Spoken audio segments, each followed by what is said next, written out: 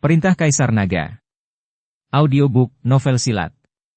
Episode 329. Di sebuah rumah besar jauh di dalam pegunungan. Tuan Si menulis dengan marah dan tidak tahu apa yang dia tulis. Namun, melihat kulit Tuan Si, dia jelas jauh lebih baik. Setelah pertempuran dengan Harmen Wen, dia kehilangan klon dan vitalitas Tuan Si rusak parah. Tetapi setelah masa kultivasi ini, Tuan Si terlihat lebih baik. Tuan Si, Dev membunuh putra pemimpin aliansi penyegelan iblis. Tiba-tiba, seorang gadis berpakaian putih masuk dan berkata, kuas di tangan Tuan Si berhenti, dan kata-kata yang baru saja ditulisnya segera dihancurkan. Sudah berapa lama orang ini berada di sini sebelum dia menyebabkan masalah sebesar itu? Tuan Si menunjukkan senyum masam. Di wilayah apa Dev sekarang?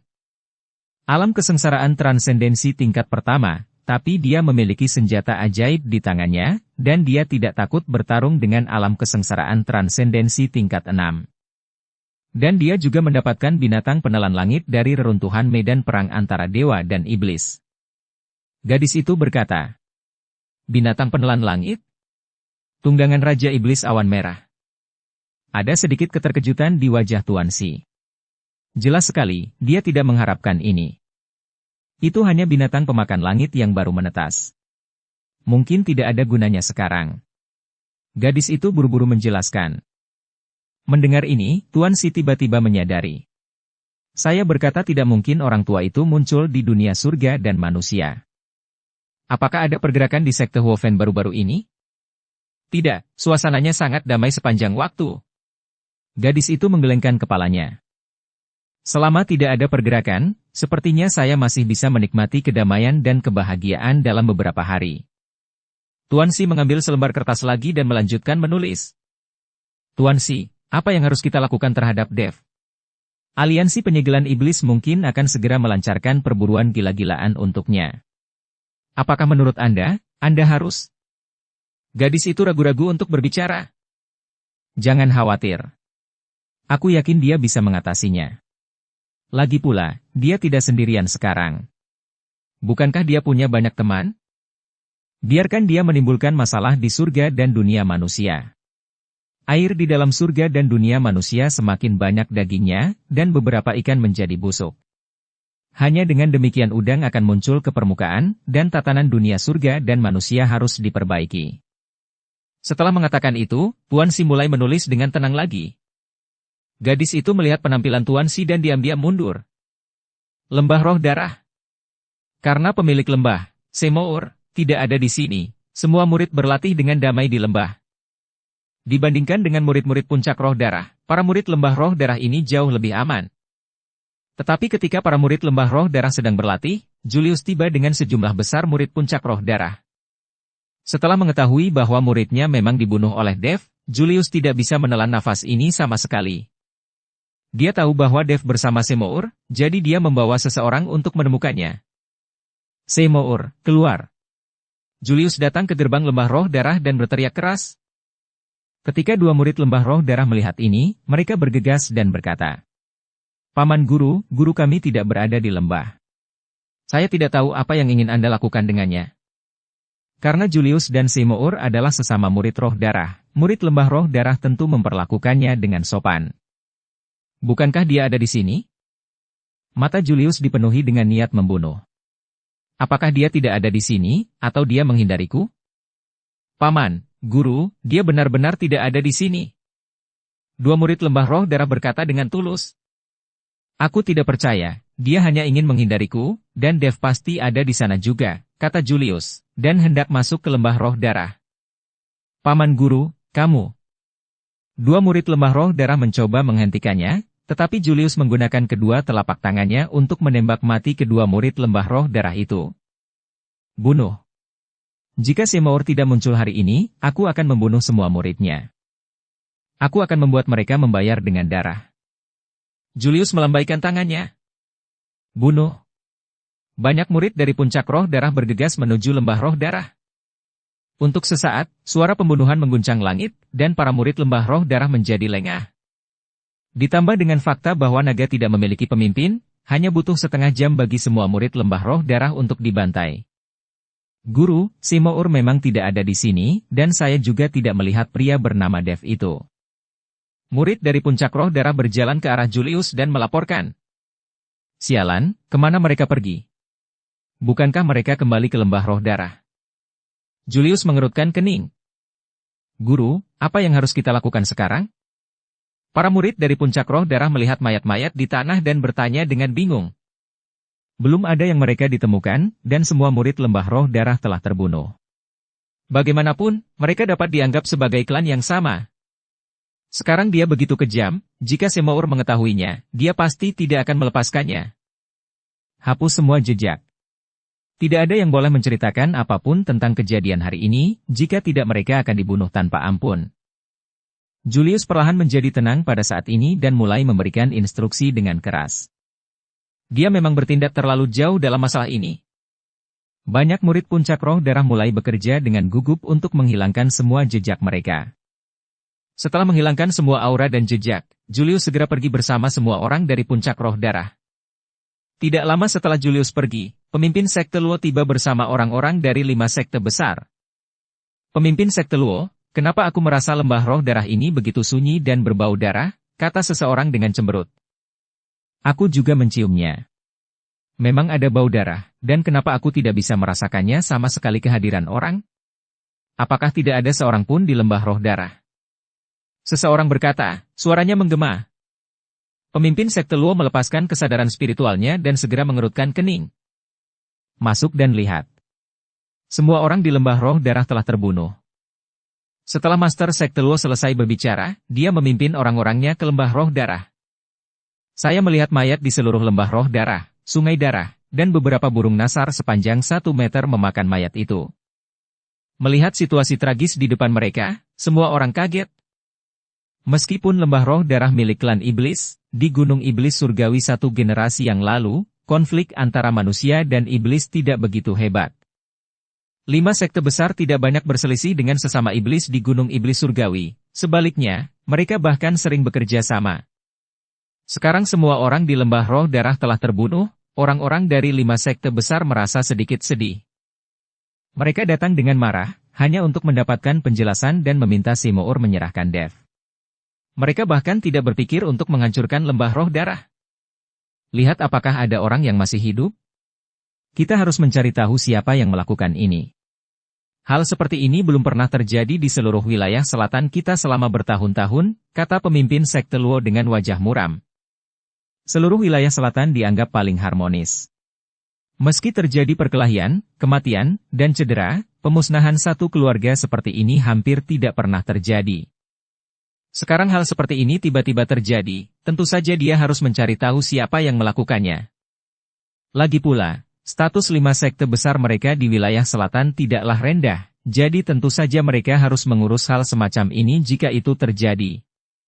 Master sekte Luo, kami telah memeriksanya, tidak ada yang selamat sama sekali, dan tidak ada jejak nafas. Orang yang melakukannya pasti menghapusnya, seseorang berkata. Pemimpin sekte Luo, karena Simour tidak ada di sini, ayo pergi. Tidak perlu khawatir tentang omong kosong semacam ini. Lagi pula Simour bukan orang baik. Sekarang kita tidak dapat menemukan Dev, saya pikir kita harus mencarinya. Juga mencari beberapa orang dari ras binatang. Murid kita terbunuh, dan beberapa orang dari ras binatang juga terlibat. Masalah ini belum selesai. Di samping Master sekte Luo, seorang pria berwajah hitam berkata dengan marah. Tuan Hai, bahkan jika kita menemukan beberapa dari 3 penguasa dan 4 raja klan binatang, Anda harus menekan amarahmu. Kami tidak dapat melakukan apapun saat bertemu. Kita hanya harus bertanya dengan jelas. Kita berhubungan dengan klan binatang itu tanpa keluhan apapun. Saya tidak mengerti, mengapa mereka membantu Dev membunuh murid kita. Kata Master sekte Luo. Orang dari 5 sekte besar. Master sekte Luo, bukankah ini jelas? Tentu saja ini untuk keuntungan. Di medan perang para dewa dan iblis itu, tidak peduli apakah ada kebencian atau tidak, mereka semua mengejar harta karun itu, kata Master sekte Hai dengan keras. Master sekte Luo, saya merasa Master sekte Hai benar. Jangan khawatir tentang tempat ini sekarang. Kita harus mencari orang-orang dari klan binatang itu dan bertanya apa yang terjadi. Seseorang menggemakan apa yang dikatakan Master Sekte Hai. Melihat ini, Master Sekte Luo hanya bisa menganggukkan kepalanya dan berkata, "Oke, ayo kita kembali dulu, lalu kirim orang untuk menemukan 3 penguasa dan 4 raja klan binatang. Jika mereka benar-benar melakukannya, meskipun kita harus berkonflik dengan klan binatang, mereka tidak akan pernah selamat. Bunuh mereka." Orang-orang dari 5 sekte besar meninggalkan lembah roh darah, dan para murid lembah roh darah masih dimakan oleh burung nasar. Pada saat ini, Simour masih dalam masa pemulihan dari luka-lukanya dan tidak menyangka bahwa semua muridnya telah terbunuh. Dev telah pulih sepenuhnya setelah latihan. Dan dalam beberapa hari terakhir, Dev memiliki pemahaman yang lebih dalam tentang langkah-langkah pembengkokan api dan metode yang menakjubkan. Tapi Dev masih belum bisa mengaktifkan jamnya, dia tidak tahu bagaimana menggunakannya. Tuan Chen, ini adalah beberapa batu spiritual dan rumput peri yang dikirim oleh Tuan Hantu Tua. Yulian meletakkan beberapa sumber daya di depan Dev. Dalam beberapa hari terakhir, untuk membantu Dev pulih lebih cepat, Hantu Tua Gunung Iblis keluar lebih awal dan kembali terlambat setiap hari untuk mencari berbagai sumber daya yang dapat digunakan. Mengapa Hantu Tua Gunung Iblis sekarang mampu menahan awan kesengsaraan iblis? Terobosan kekuatannya, semua karena Dev. Yulian, apakah kamu sudah berlatih selama ini? Dev bertanya pada Yulian. Tuan Chen, saya telah mengumpulkan berbagai sumber dengan Tuan Hantu Tua selama periode ini, jadi saya belum punya waktu untuk berlatih, kata Yulian. Dev memandang Yulian dan melambaikan tangannya untuk memberi isyarat agar Yulian duduk di seberangnya. Anda telah mengikuti saya selama beberapa waktu, tetapi kekuatan Anda tidak bertambah banyak, tapi Anda belum memperoleh keuntungan apapun. Tuan Chen, saya sangat puas bisa mengikuti Anda. Saya bisa melihat dunia dengan mengikuti Anda. Sebelum Dev selesai berbicara, Yulian buru-buru berkata, apa gunanya melihat dunia? Aku akan mengajarimu satu set teknik pedang 9 bayangan sekarang. Saat kamu pergi ke sekte pemurnian senjata setelah beberapa waktu, aku akan membiarkan sekte pemurnian senjata membantu Anda menempa pedang, dan kekuatan Anda akan meningkat pesat. Setelah Dev selesai berbicara, dia dengan lembut menekan satu tangan di atas kepala Yulian. Segera, teknik pedang 9 bayangan ditransmisikan ke lautan kesadaran Yulian.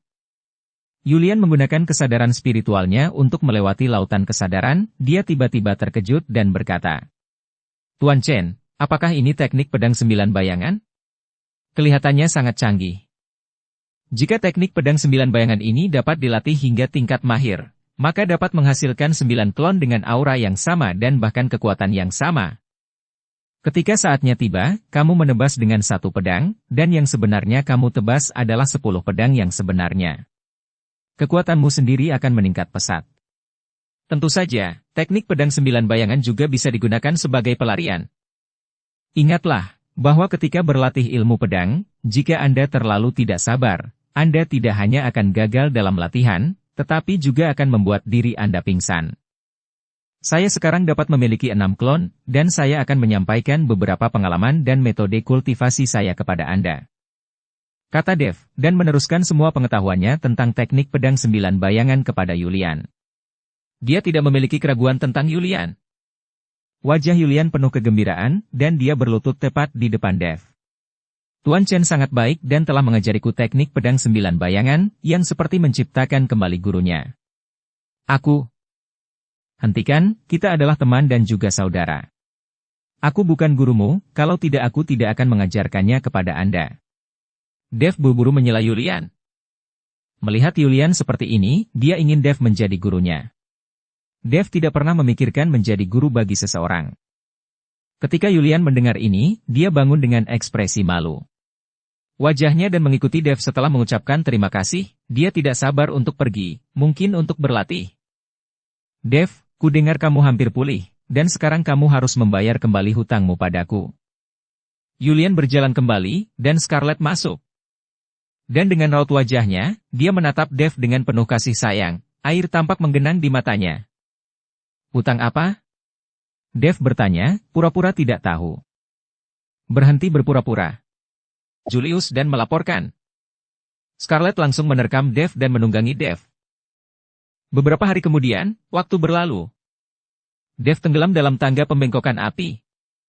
Saya melihat nyala api yang tidak terdeteksi di bawah kaki Dev, Nyala api itu seperti filamen, terus-menerus berputar di sekitar kaki Dev. Dev berpikir, dan kedua api seperti filamen itu dengan cepat menembus ke dalam tanah. Dev maju selangkah dan tubuhnya menghilang. Ketika Dev membuka matanya, dia menemukan bahwa dia sudah berada beberapa mil jauhnya. Sialan, aku masih belum bisa mencapai 100 mil dalam satu langkah. Terlalu sulit untuk berlatih.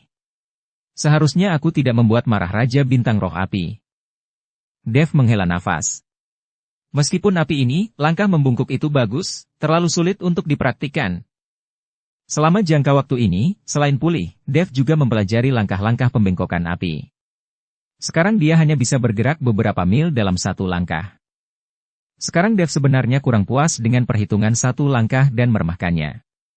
Dia tidak pernah menyangka bahwa di dunia sekuler, menggunakan lingkaran alam semesta hanyalah sebuah cara untuk berjalan melalui kehampaan. Hanya 100 meter. Sekarang Dev memiliki teknik langkah pengendalian api, dan dia berada jauh dengan satu langkah, tetapi dia tidak puas lagi. Keinginan manusia benar-benar tidak terbatas. Tuan Chen, ayah saya memanggil Anda. Dia telah pulih sepenuhnya sekarang dan ingin memanggil Anda untuk mengunjungi lembah roh darah. Lilian berlari dan berkata kepada Dev. Oke, ayo pergi. Dev juga ingin mengunjungi lembah roh darah, dan kemudian meminta Dustin untuk membawanya ke gua menelan iblis. Dev dan kelompoknya menuju lembah roh darah. Orang tua penyendiri dari Gunung Iblis juga mengikuti Dev dan yang lainnya ke lembah roh darah. Ketika dia masih puluhan mil jauhnya dari lembah roh darah, Scarlet sedikit mengernyit dan terus melihat ke langit. Ada apa? Dev bertanya pada Scarlet. Ada banyak burung nasar yang berputar-putar di langit. Seharusnya ada orang yang berkelahi di sekitar sini, dan orang-orang telah mati. Melihat jumlah burung nasar, seharusnya ada banyak orang yang mati, kata Scarlet.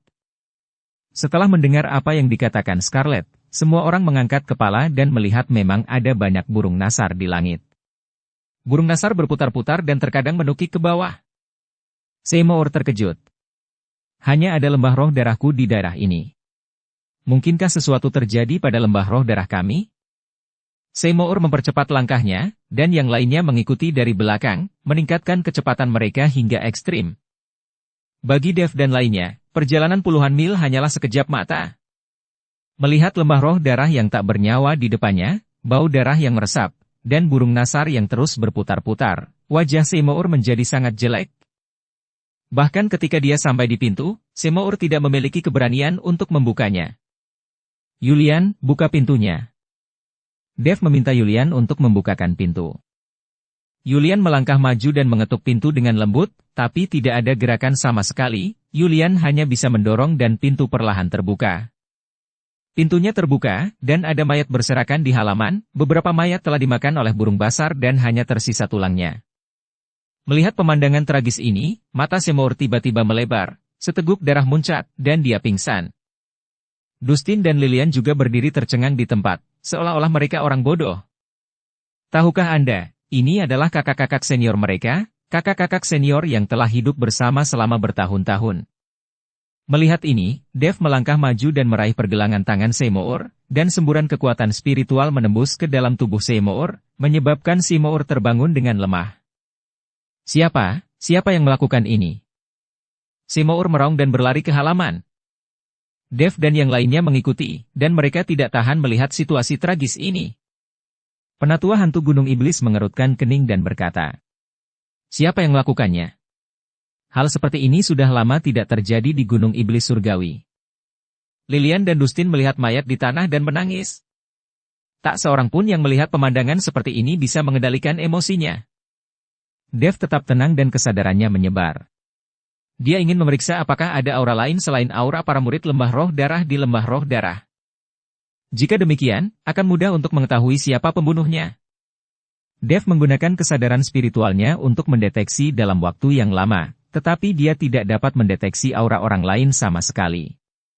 Jelas bahwa pihak lain telah menghilangkan semua jejak aura. Sekarang, akan sulit mengetahui siapa yang melakukannya. Biarkan aku mencari tahu siapa yang melakukannya, dan aku akan memotongnya menjadi beberapa bagian. Seymour meraung, dan aura menakutkan keluar dari tubuhnya. Pada saat yang sama, kesadaran Seymour menutupi seluruh lembah roh darah. Dia ingin melihat siapa yang datang ke lembah roh darah dan membunuh semua muridnya. Tetapi Seymour menggunakan indera spiritualnya untuk menjelajah dalam waktu yang lama, tetapi dia tidak dapat menemukan aura orang lain. Tuan Lembah Luo, saya juga telah memeriksanya. Pihak lain seharusnya dengan sengaja menghapus aura dan jejaknya, sehingga tidak dapat dideteksi, kata Dev kepada Seymour. Ah! Seymour meraung seperti orang gila, hatinya penuh dengan keluhan dan keengganan. Dustin juga mengertakkan gigi dan berkata, kita tidak akan bisa melupakannya jika kita tidak dapat mengetahui siapa orang itu.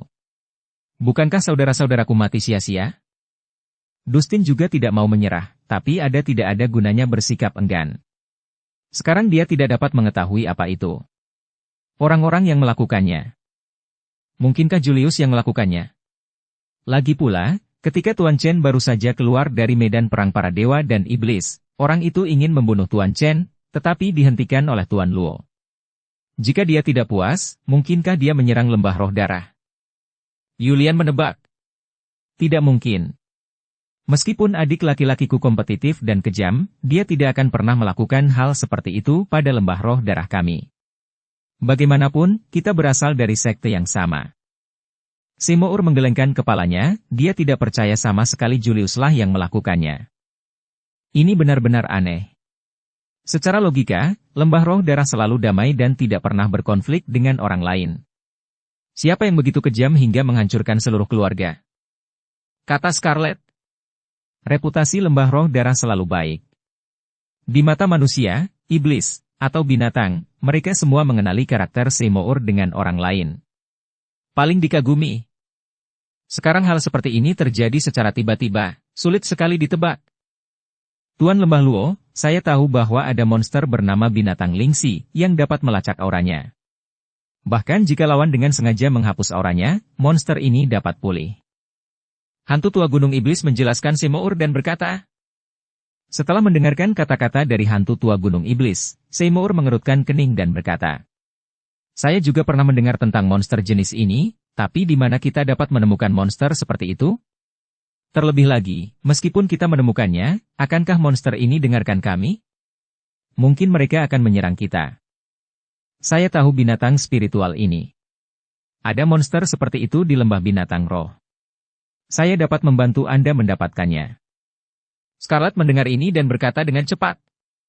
Sebagai anggota dari 3 penguasa dan 4 raja klan binatang, Scarlet seharusnya tidak memiliki banyak masalah dalam mendapatkan monster. Lembah binatang roh, bukankah itu wilayah Raja Singa? Helena berkata setelah mendengar ini. Ya, itu wilayah Raja Singa, tapi dia tidak akan pelit jika kamu memintanya untuk binatang spiritual, apalagi kamu ada di sini. Scarlet memandang Helena dan berkata. Benar, itu hanya binatang spiritual. Saat itu, Raja Singa banyak memanfaatkanku. Helena berkata dengan bangga.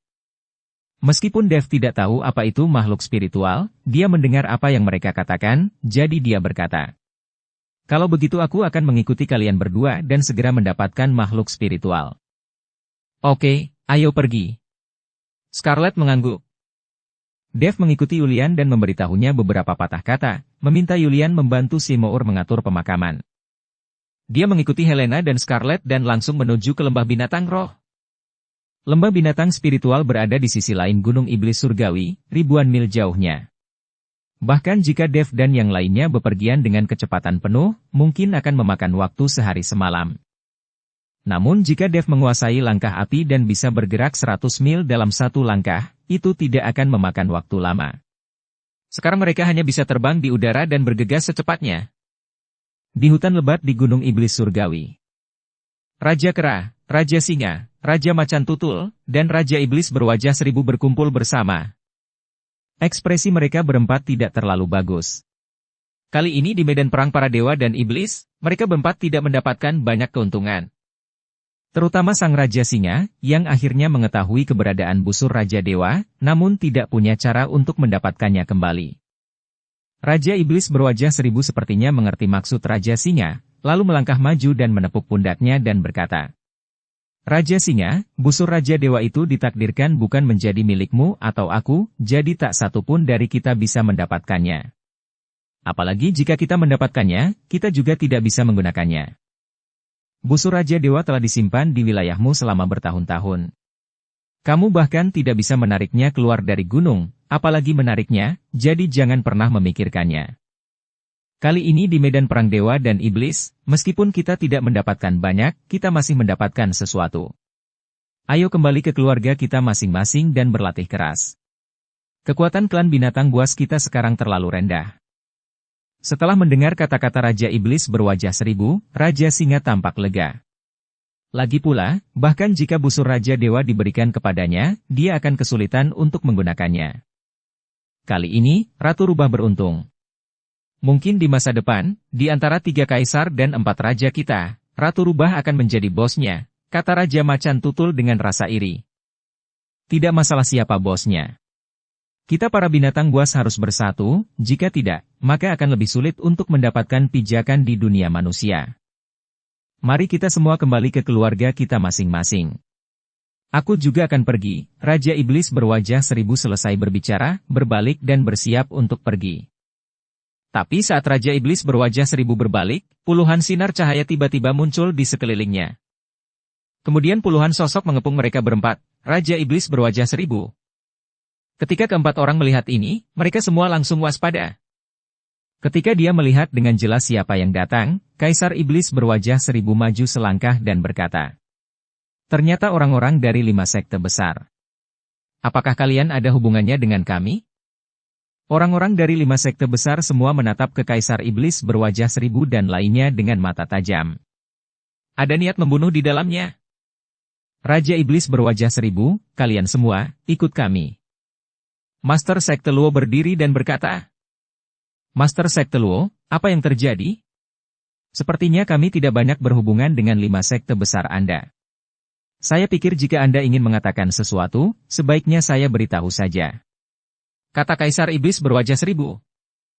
Kaisar Iblis berwajah seribu, "Berhentilah berpura-pura, ikuti saja aku saat aku memintamu untuk mengikutiku. Kenapa ada begitu banyak omong kosong?" Master Sekte Hai meraung dengan marah. Wajah Kaisar Iblis berwajah seribu langsung berubah menjadi dingin.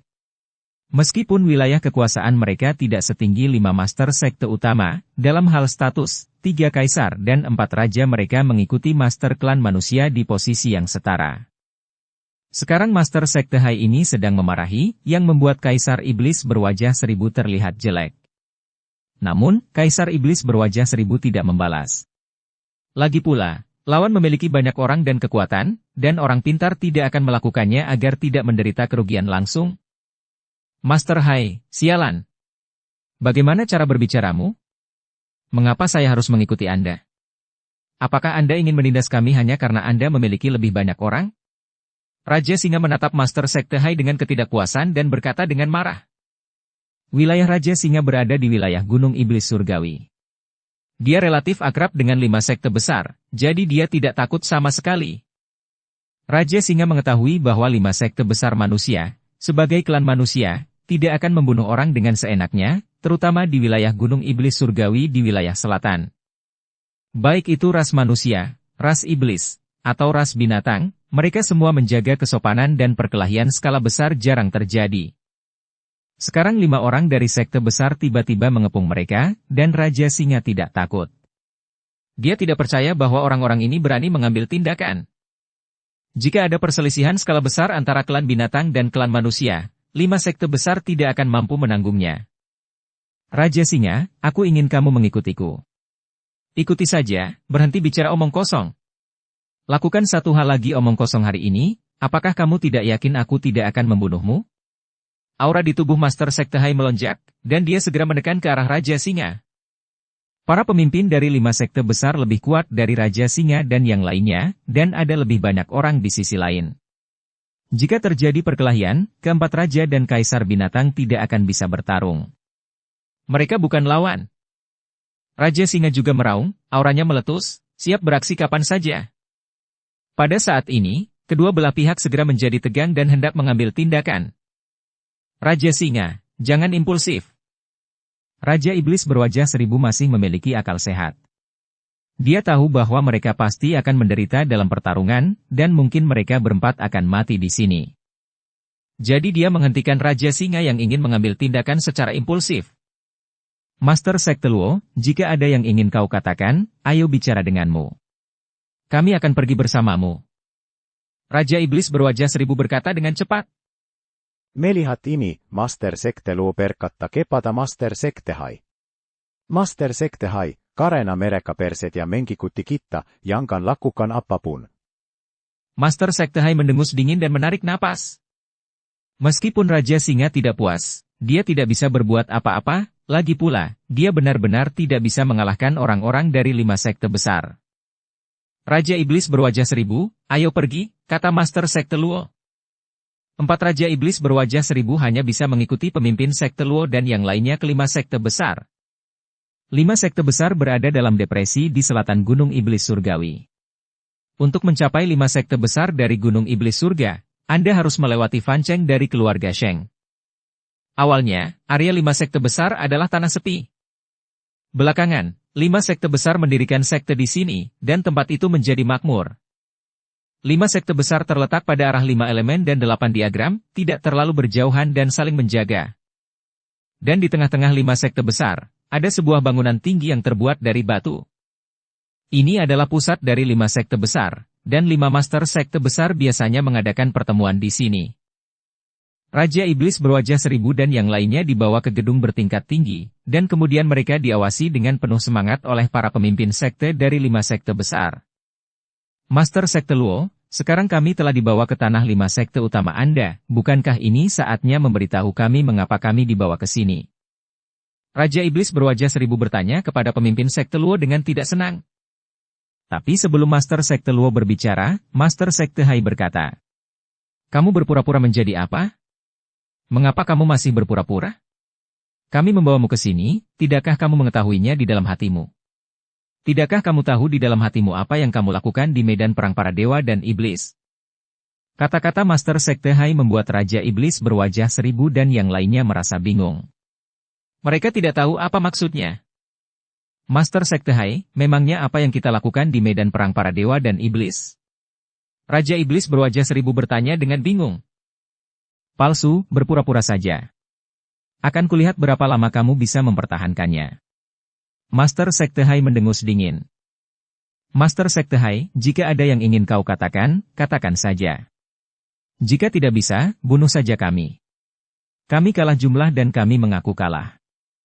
Tetapi jika Anda tidak memberitahu alasannya, Anda hanya menahan kami dan mempermalukan kami. Percaya atau tidak, kami akan mencoba yang terbaik untuk meluncurkan gelombang binatang buas, dan kami akan mati bersama dengan 5 sekte utama Anda. Raja Singa menatap dan berkata dengan keras. Melihat ekspresi Raja Singa yang tidak yakin, Master Sekte Hai hendak berbicara, tetapi dihentikan oleh pemimpin Sekte Luo, dan kemudian berkata, Raja Iblis berwajah seribu, tahukah Anda 5 orang pahlawan dari 5 sekte besar kami? Dukung channel Novel Silat dengan subscribe, follow, like, komen dan share. Aku mengenal 5 pahlawan luar biasa, mereka adalah murid paling potensial yang dipilih oleh 5 sekte utamamu. Bagaimana mungkin aku tidak mengenal mereka? Raja Iblis berwajah seribu berkata, Oke, karena kamu mengenalnya, mudah untuk mengatakan bahwa mereka berlima memasuki medan perang para dewa dan iblis dan mati di dalamnya. Pemimpin Sekte Luo berkata, apa hubungan kematian 5 pahlawan dari 5 sekte Anda dengan kami? Apakah Anda curiga kami membunuh 5 pahlawan luar biasa itu? Raja Iblis berwajah seribu mengerutkan kening dan berkata, kami menaruh kecurigaan kepada kalian. Kalian membantu Dev membunuh 5 pahlawan luar biasa kami. Jelas Dev sendiri tidak bisa menjadi lawan dari 5 pahlawan luar biasa, jadi beberapa dari kalian dari 3 penguasa dan 4 raja membantu membunuh 5 pahlawan luar biasa kami. Master Sekte Hai berkata dengan marah. Master Sekte Hai, kamu memfitnah kami. Bukti apa yang kamu miliki bahwa kami membantu Dev membunuh 5 pahlawan luar biasa kamu?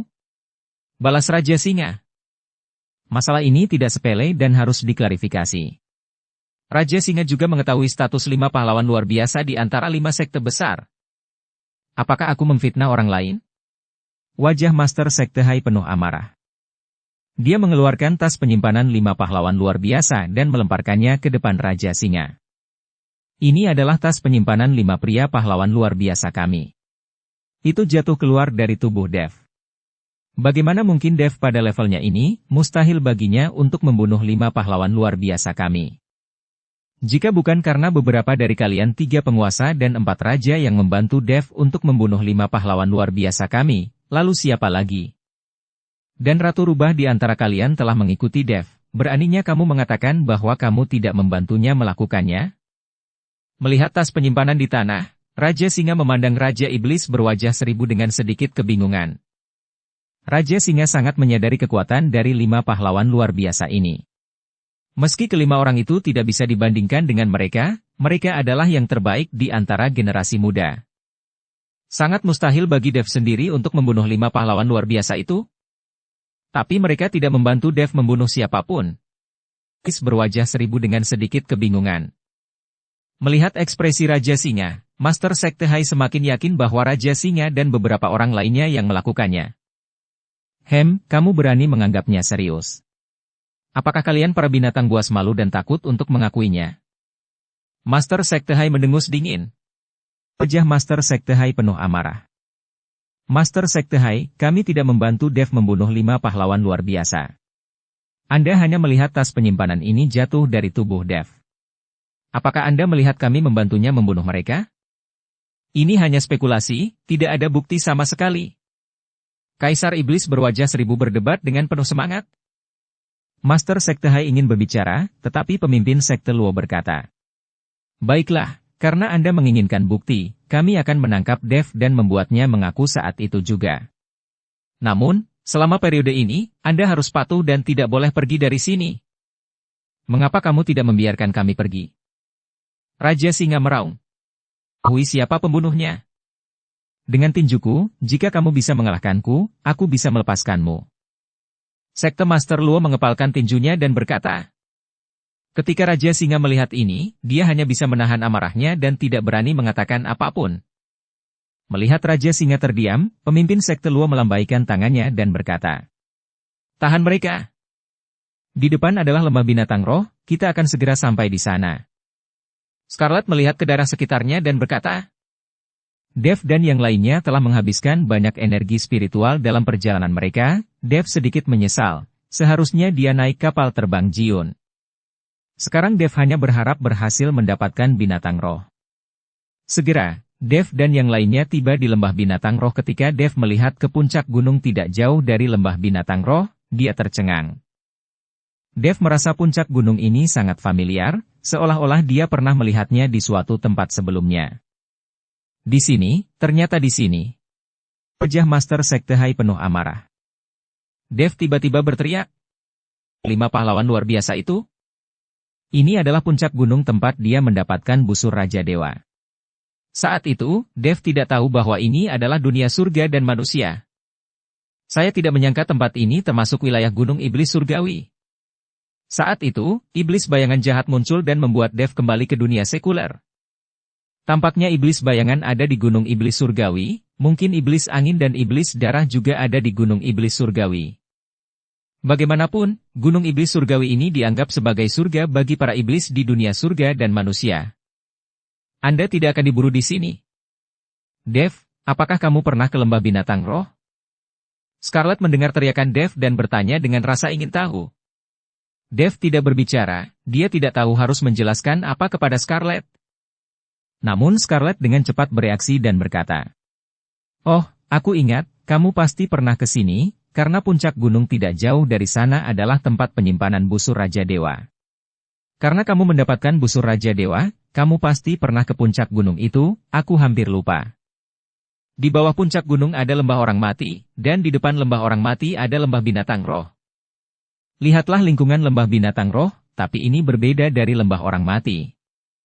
Dev melihat sebuah lembah besar yang dikelilingi oleh pepohonan hijau dan bunga, dengan aliran sungai kecil berkelok-kelok melaluinya. Dan di lembah, burung-burung besar terbang berkelompok, dan berbagai jenis binatang buas berlarian.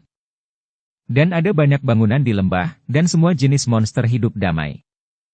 Siapa sangka tempat seindah itu akan berubah menjadi lembah orang mati dan menjadi sunyi senyap saat semakin dalam. Lembah binatang roh ini berjalan cukup baik.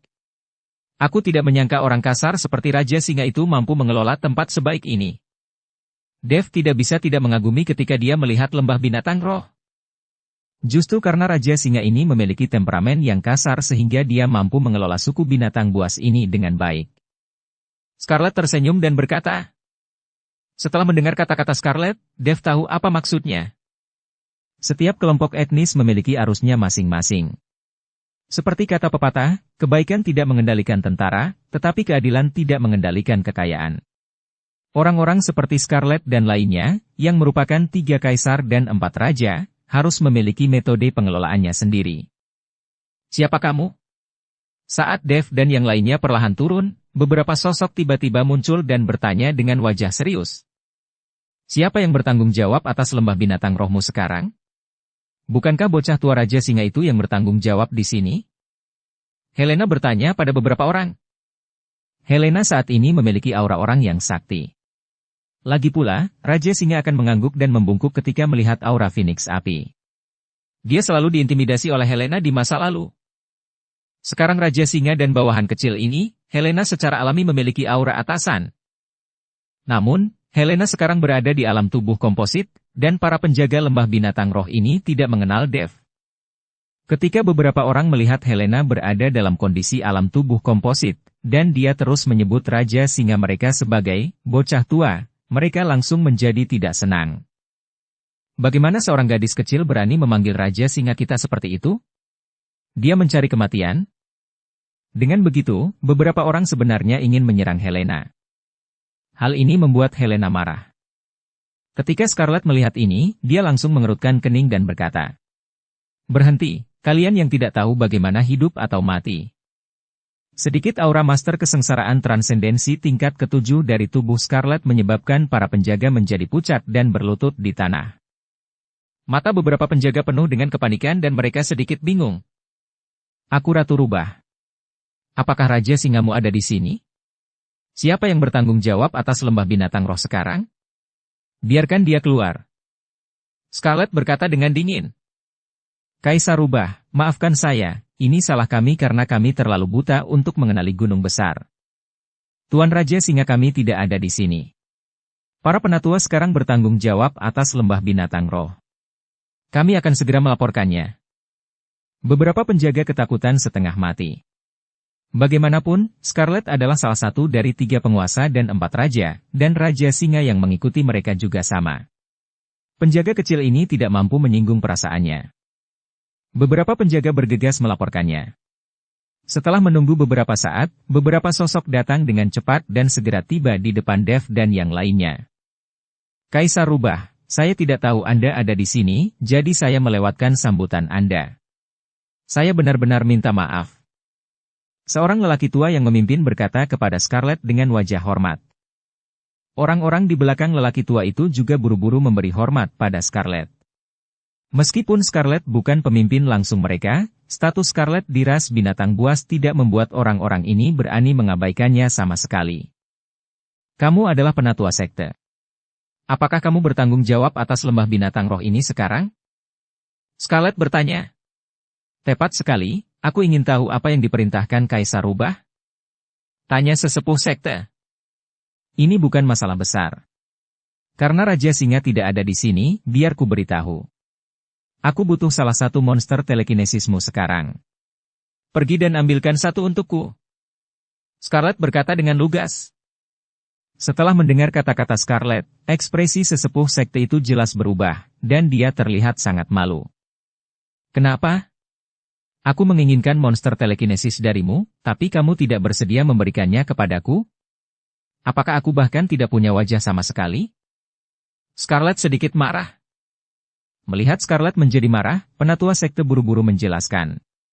"Jangan salah paham, Kaisar Rubah. Bukannya kami tidak mau memberi, tapi kami juga menyembunyikan sesuatu, dan Raja Singa tidak ada di sini, jadi saya tidak bisa mengambil keputusan." "Apa yang kamu disembunyikan? Kurasa kalian tidak mau memberikannya. Bahkan jika Raja Singa ada di sini dan aku meminta binatang telekinesis darinya, dia tidak akan berani menolak." Scarlet berteriak dengan marah. "Kaisar Rubah, kami benar-benar tidak punya pilihan. Bukannya kami tidak ingin memberikannya padamu," kata sesepuh sekte dengan cemas. Scarlet hendak terus memarahi, tapi Dev berkata, Penatua, apakah ada sesuatu yang tidak dapat diungkapkan di lembah binatang rohmu? Jika bersedia, kamu dapat memberitahu kami bahwa Raja Singa tidak ada di sini. Jika kamu dapat membantu, kami akan pasti membantu Anda. Penatua sekte melirik ke arah Dev dan tidak berkata apa-apa karena dia tidak tahu siapa Dev. Scarlet menunjuk ke arah Dev dan berkata, "Ini Tuan Chen." Bahkan Raja Singa kalian akan menundukkan kepala ketika melihat orang ini. Ini adalah Putra Naga. Saat Scarlet memperkenalkan, Dev diam-diam memancarkan semburan energi naga.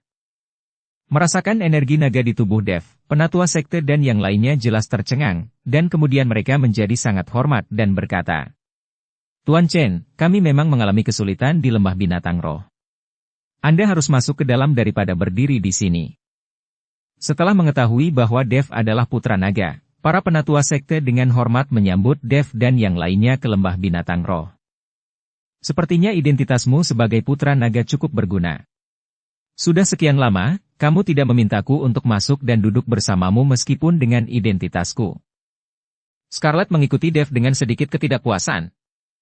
Dev tersenyum tipis. Aku akan menyatu denganmu ketika aku punya waktu, sehingga garis keturunanmu menjadi mulia. Scarlet tersenyum. Ini benar-benar waktunya untuk menambah jumlahnya di masa depan. Jika kamu dapat menemukan tempat, pergi dan gabungkan sekarang. Ketika Dev mendengar ini, dia melambaikan tangannya berulang kali. Aku hanya bercanda, jangan membuat masalah. Dev buru-buru menjauh dari Scarlet. Helena berjalan ke arah Scarlet sambil tersenyum dan berkata, "Scarlet, ini hampir selesai. Kamu terus memeras Master sampai kering. Master sudah lama tidak bersamaku selama ini." "Helena, kamu cemburu, hahaha." Scarlet tertawa terbahak-bahak. Penatua sekte mendorong mundur yang lain, dan dia membawa Dev dan lainnya melewati lapisan bangunan di lembah binatang roh dan menuju ke kedalaman lembah binatang roh. Saat Dev dan yang lainnya melangkah lebih dalam, pemandangan di sekitar lembah binatang roh mulai menjadi sedikit sunyi. Gelombang roh jahat mulai bermunculan. "Penatua sekte, apakah Anda membawa kami ke lembah orang mati? Kami di sini untuk menemukan binatang roh. Mengapa Anda membawa kami ke lembah orang mati?" Scarlet menyadari ada yang tidak beres, jadi dia bertanya pada sesepuh sekte. "Kaisar Rubah, saya akan membawa Anda untuk menemukan binatang roh itu." Penatua sekte itu menjawab dengan tenang. Saat Dev dan yang lainnya semakin dalam, lingkungan sekitar menjadi sedikit gelap. Segera, bunga dan tanaman di sekitarnya benar-benar lenyap. Di lembah di depan Dev dan yang lainnya, ada lapisan putih. Ini semua adalah kerangka. Namun, di atas kerangka putih tersebut, terdapat banyak bangkai hewan tergeletak, yang terlihat seperti baru saja mati. Ketika Scarlet melihat situasi ini, dia tidak bisa menahan diri untuk tidak terkejut. "Kaisar Rubah, binatang roh badak yang Anda cari ada di sini." Untuk beberapa alasan yang tidak diketahui, binatang badak jinak ini mengalir ke lembah orang mati beberapa hari yang lalu seperti orang gila, dan kemudian mati secara misterius. Kata sesepuh sekte dengan wajah tak berdaya. Pada saat ini, Scarlet tidak tahu harus berkata apa. Penatua sekte tadi sepertinya menyembunyikan sesuatu, dan dia tidak bermaksud nakal. Dev mengerutkan kening dan melihat pemandangan di depannya, matanya penuh keraguan. Kenapa monster telekinesis ini tiba-tiba pergi ke lembah orang mati dan bunuh diri? Raja Singa pergi ke medan perang para dewa dan iblis dan belum kembali. Aku tidak tahu harus berbuat apa mengenai masalah ini. Melihat Scarlet dan yang lainnya terdiam, sesepuh sekte melanjutkan. Apakah tidak ada satupun makhluk roh yang tersisa di lembah binatang rohmu? Helena bertanya. Itu tidak benar, masih ada satu lagi, kata sesepuh sekte. Dev dan yang lainnya merasa lega ketika mendengar bahwa masih ada binatang badak roh yang tersisa. Jika mereka semua mati, bukankah perjalanan mereka akan sia-sia? Terutama karena tragedi di lembah roh darah, tidak ada cara untuk mengetahui siapa yang melakukannya. Karena masih ada satu, mari kita lihat, kata Scarlet kepada para penatua. Penatua sekte itu mengangguk tak berdaya, lalu memimpin Dev dan yang lainnya kembali. Setelah berjalan beberapa saat, penatua sekte, Dev dan yang lainnya tiba-tiba berbalik dan langsung menuju ke dinding batu puncak gunung. Tepat ketika Dev dan yang lainnya bingung, mereka melihat telapak tangan sesepuh sekte dengan ringan mengetuk dinding batu, dan dinding batu itu benar-benar bergerak. Ada pintu rahasia di sini. Diperkirakan lembah binatang roh melihat kelainan dari makhluk roh ini dan mengunci makhluk roh terakhir di ruang rahasia. Setelah berjalan ke pintu rahasia, dinding batu itu perlahan menutup secara otomatis. Tepat di belakang pintu rahasia terdapat sebuah gua yang sangat besar. Di atas gua terdapat mutiara bercahaya yang tak terhitung jumlahnya, yang menerangi seluruh gua seterang siang hari. Penatua sekte, mengapa saya merasa ada yang salah dengan aura di dalamnya? Dev tiba-tiba mengerutkan kening setelah masuk. Tuan Chen, ini adalah binatang badak roh yang sedang hamil. Diperkirakan ia akan melahirkan saat ini. Setelah penatua sekte selesai berbicara, dia memimpin Dev dan yang lainnya menuju ke dalaman gua. Master, apa yang Anda rasakan salah dengan auranya? Mengapa saya tidak merasakannya? Helena melihat Dev selalu mengerutkan kening, jadi dia bertanya. Tidak ada. Dev menggelengkan kepalanya, tetapi kerutan di keningnya tidak pernah rileks. Segera para penatua sekte membawa Dev dan yang lainnya ke kedalaman gua. Sudah ada banyak biksu di sini, dan beberapa formasi sihir telah dibentuk. Semua biksu ini tampak gugup, dan ketika mereka melihat sesepuh sekte datang, mereka semua memberi hormat. Dev dan yang lainnya melihatnya di sini, binatang telekinesis yang tingginya beberapa meter mengeluarkan suara gemuruh yang dalam, dan mata binatang telekinesis ini bersinar merah. Ada beberapa mayat orang di sekitar badak, yang jelas telah dibunuh belum lama ini. Penatua sekte, baru saja binatang spiritual ini hendak bergegas keluar dari gua. Kami mencoba yang terbaik untuk menghentikannya, dan dia bahkan membunuh dan melukai beberapa orang. Akhirnya, kami mengaktifkan formasi sihir untuk menghentikan binatang roh ini. Seorang biksu mengikuti para penatua untuk melapor. Bagaimana ini bisa terjadi? Binatang badak itu sangat jinak, mengapa ini terjadi? Wajah sesepuh sekte itu penuh dengan pertanyaan, tetapi jelas dia tidak tahu apa yang sedang terjadi. Pada saat ini, binatang badak roh itu tiba-tiba mengaum dengan ganas lagi, terus-menerus menyerang formasi sihir. Tampaknya binatang badak ini sudah tidak punya niat untuk hidup lagi, bahkan tidak peduli dengan anak yang ada di dalam perutnya. Cepat hentikan, hentikan. Dia adalah makhluk roh terakhir, ia tidak bisa mati, teriak sesepuh sekte dengan keras. Ketika beberapa biksu melihat ini, mereka tidak punya pilihan selain bergegas melewati formasi sihir. Jika mereka ingin mengendalikan binatang badak roh, mereka tidak bisa membiarkannya bergerak dengan keras. Jika tidak, mereka mungkin tidak dapat menyelamatkan ibu dan bayinya. Tapi begitu beberapa biksu menyerbu masuk, mereka dipukuli sampai mati oleh binatang badak roh dalam 3 atau 2 pukulan. Melihat para biksu yang mati secara tragis, sesepuh sekte tampak tak berdaya dan berteriak. Apa yang harus kita lakukan? Apa yang harus kita lakukan? Biarkan saya mencoba. Setelah Dev selesai berbicara, dia langsung pergi ke dalam formasi sihir. Master, Anda harus berhati-hati. Dev, jangan pamer, cepat keluar. Helena dan Scarlett sama-sama mengkhawatirkan Dev. Para penatua sekte juga melihatnya dengan keterkejutan di wajah mereka. Dev hanya berada di alam kesengsaraan transendensi tingkat pertama. Anda harus tahu bahwa ketika binatang badak ini menjadi gila, ia meledak dengan kekuatan yang sangat besar. Dev mungkin tidak mampu menahannya. Tapi Dev sepertinya tidak mendengar apa yang dikatakan Helena dan Scarlett, dan perlahan berjalan menuju binatang badak roh itu. Bersambung ke episode 330. Dukung kami dengan subscribe, follow, like, komen dan share. Terima kasih.